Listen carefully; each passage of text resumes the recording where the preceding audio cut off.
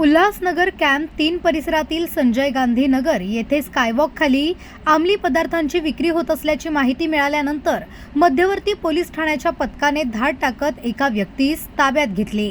या कारवाईत सुमारे 700 ग्रॅम गांजा जप्त करण्यात आला आहे। उल्हासनगर परिमंडळ 4चे पोलीस उपायुक्त सचिन गोरे यांच्या मार्गदर्शनाखाली 8 पोलीस ठाण्यामध्ये नशेचे पदार्थ विकणाऱ्यांच्या विरोधात मोहीम सुरू करण्यात आली आहे। अंबरनाथ पोलीस ठाण्याच्या हद्दीतून जवळपास 4 किलो चरस पकडण्यात आले आहे। त्यानंतर आता मध्यवर्ती पोलिसांनी गांजा विकणाऱ्या डीलर विरोधात मोठी कारवाई केली आहे। मिळालेल्या माहितीनुसार पोलीस शिपाई किशोर काळे यांना संबंधित ठिकाणी नशेच्या पदार्थांची विक्री सुरू असल्याची गुप्त माहिती मिळाली होती। त्यानुसार रात्री 1:30 वाजण्याच्या सुमारास वरिष्ठ पोलीस निरीक्षक शंकर आवताडे व तुकाराम पादीर यांच्या मार्गदर्शनाखाली कारवाई करण्यात आली।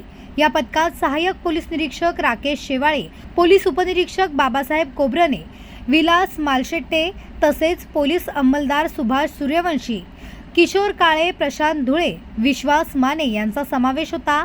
पथकाने घटनास्थळी धाड टाकून अशोक रोकडे या व्यक्तीस ताब्यात घेतले। पोलिसांनी केलेल्या तपासात आरोपीकडून सुमारे 700 ग्रॅम गांजा जप्त करण्यात आला आहे। या प्रकरणी गुन्हा नोंद करण्यात आला असून आरोपीला न्यायालयात हजर केले असता त्याला 3 दिवसांची पोलीस कोठडी सुनावण्यात आली आहे। या कारवाईमुळे परिसरातील अंमली पदार्थ विक्रेत्यांमध्ये खळबळ उडाली असून त्याने हा गांजा कुठून आणला याचा तपास पोलीस करत आहेत।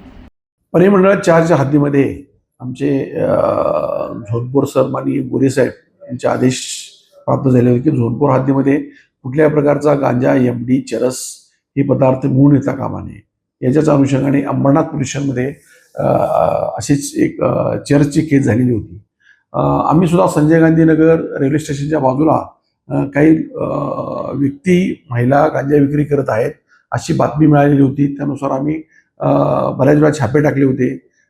पिणारे व्यक्ती मिळाले होते परंतु विक्री करणारे कोण मिळाले नव्हते।